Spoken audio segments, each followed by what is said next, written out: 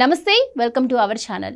గత 5 ఏళ్లు అధికారంలో ఉన్న వైసీపీ ఏ శాఖను వదిలిపెట్టకుండా అన్ని శాఖల్లోనూ అవినీతి అక్రమాలకే పాల్పడింది. చివరకు కలియుగ దైవం అయిన ఏడుకొండల వెంకన్న స్వామి సిఫారసు లేఖల్లో కూడా అవినీతికి పాల్పడ్డారు వైసీపీ నేతలు. అధికారాన్ని అడ్డం పెట్టుకుని అరాచకాలకు పాల్పడిన కొందరు వైసీపీ నేతలు శ్రీవారి సిఫారసు లేఖలను అమ్ముకొని డబ్బులు దండుకున్నారు. కూటమి ప్రభుత్వం అధికారంలోకి వచ్చినా ఇంకా కొందరు ఆ దందాను కొనసాగిస్తూనే ఉన్నారు.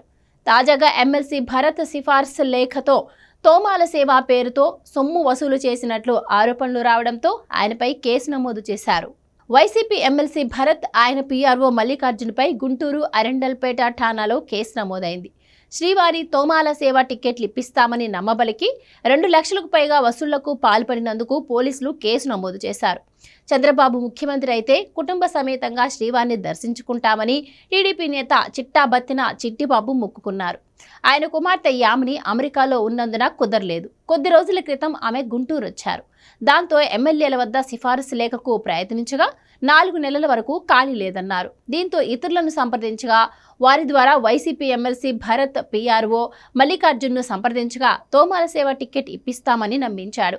ఈ నెల 7న తోమాల సేవ ఉందని, ఒక్కో టికెట్కు 20,000 చెల్లించాలని, ముందు కొంత ఇవ్వాలని చెప్పడంతో ఫోన్పే ద్వారా తోమాల సేవ గదులకు 2,21,700 వరకు మల్లికార్జున్కి పంపారు. డబ్బు చెల్లించాక తోమాల సేవ లేదని, బ్రేక్ దర్శనం ఉందని చెప్పడంతో కంగు తిని పోలీసులకు ఫిర్యాదు చేశారు. దీంతో పోలీసులు కేసు నమోదు చేశారు. ఇక రాష్ట్రంలో వైసీపీ 5 ఏళ్ల పాలనలో నాటి ప్రజాప్రతినిధులు కొందరు తిరుమలను ఆదాయ వనరుగా చూశారు. తరచూ టీడీపీపై అడ్డగోలుగా నోరు పారేసుకునే నాటి మహిళా మంత్రి ఒకరు తమిళనాడు, కర్ణాటక భక్తులకు పెద్ద ఎత్తున సిఫార్సు లేఖలిచ్చి వాటి ద్వారా భారీగా ఆదాయాన్ని సంపాదించారన్న ఆరోపణలు ఉన్నాయి.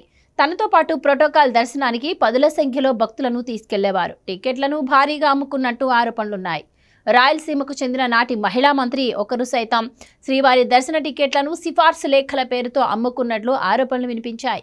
సుమారు 20 మంది ప్రజాప్రతినిధుల సిఫార్సు లేఖలు పక్కదారి పడుతున్నట్టు వైసీపీ హయాంలో గుర్తించినప్పటికీ వారిపై ఎటువంటి చర్యలను తీసుకోలేదు.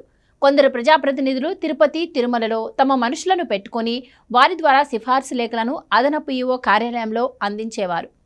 తిరుమల, తిరుపతి అధికారులు వాటికి ఆమోదముద్ర వేసేవారు. ఇలా వైసీపీ వారి అవినీతి దందా కొనసాగుతూ వస్తుంది.